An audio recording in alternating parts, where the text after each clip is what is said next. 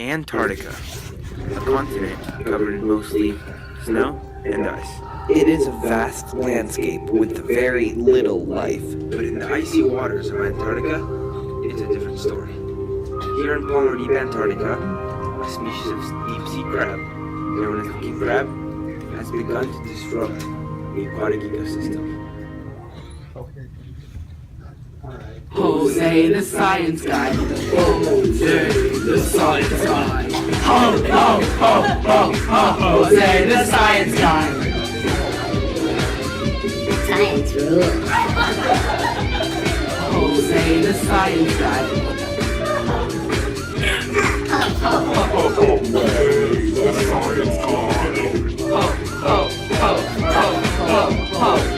ho, Jose the science guy.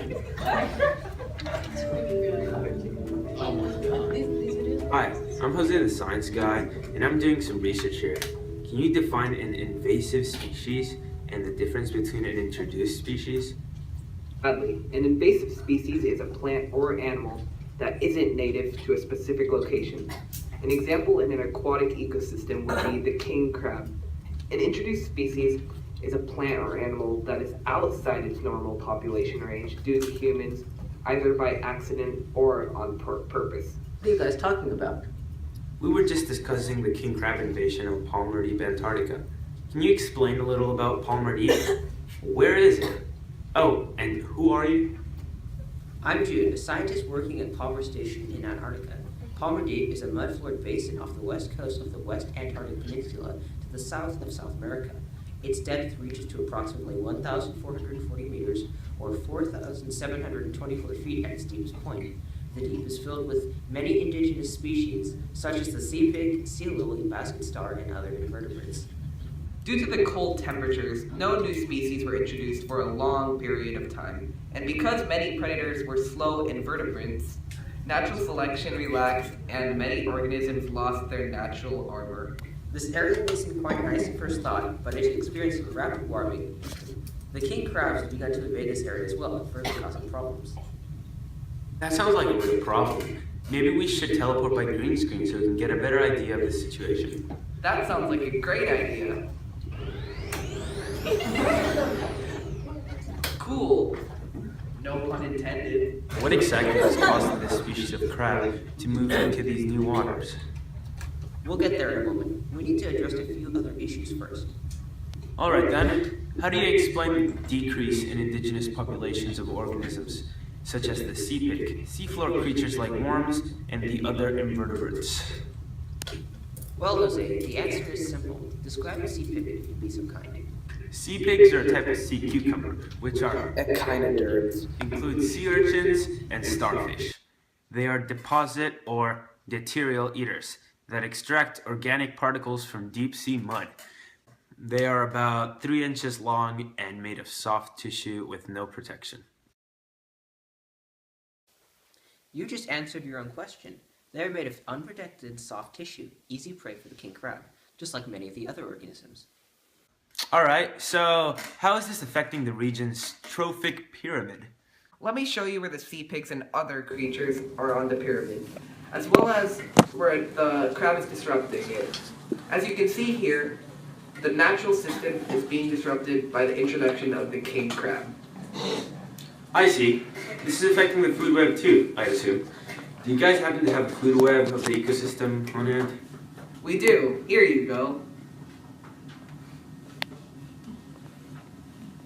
As you can see, the king crab is invading here, and it preys on many organisms.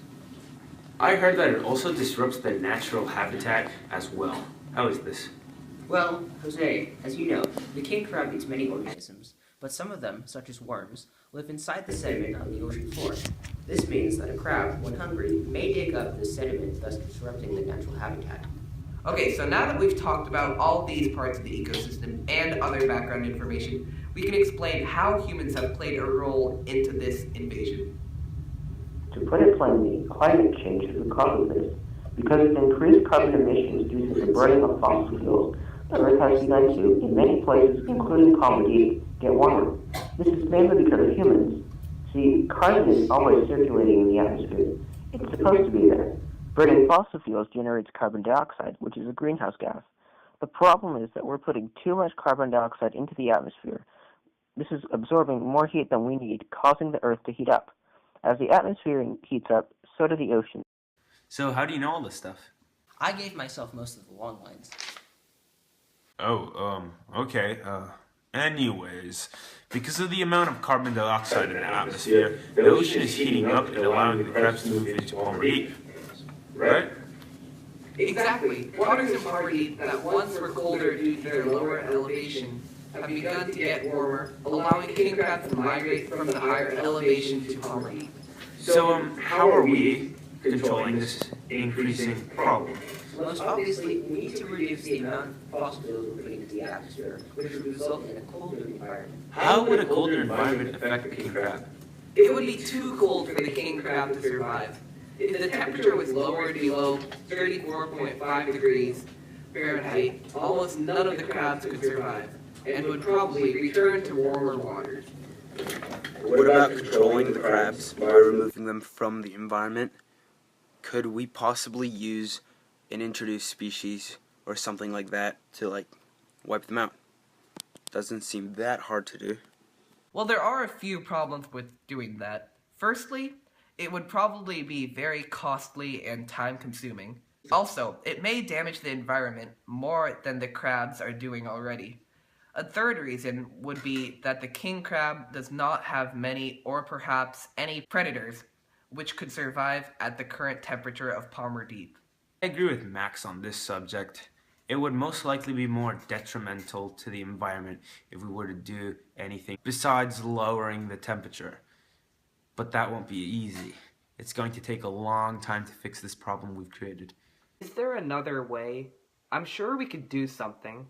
Well, like I said, anything that we do besides lowering the temperature might further disrupt the environment. But for now, all we can do is hope that this doesn't get too out of hand for us. I think it's time we return to the lab so we can recap. Teleport by green screen again. That sounds like a good idea. Ready? So, what did we look at? Well, we found out that the king crab was invading Palmer Deep and injuring or killing all the indigenous species and environment. Both the trophic pyramid and food web have been disrupted by the king crab. Also, we must reduce our use of fossil fuel usage because it is heating up waters of Palmer Deep. The king crab can be removed from the ecosystem in multiple ways, but only one or two of them are feasible for the environment.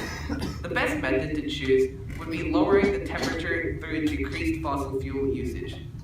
Cool, I think we learned a lot today. We'll see you next time on Jose and the Science Guy.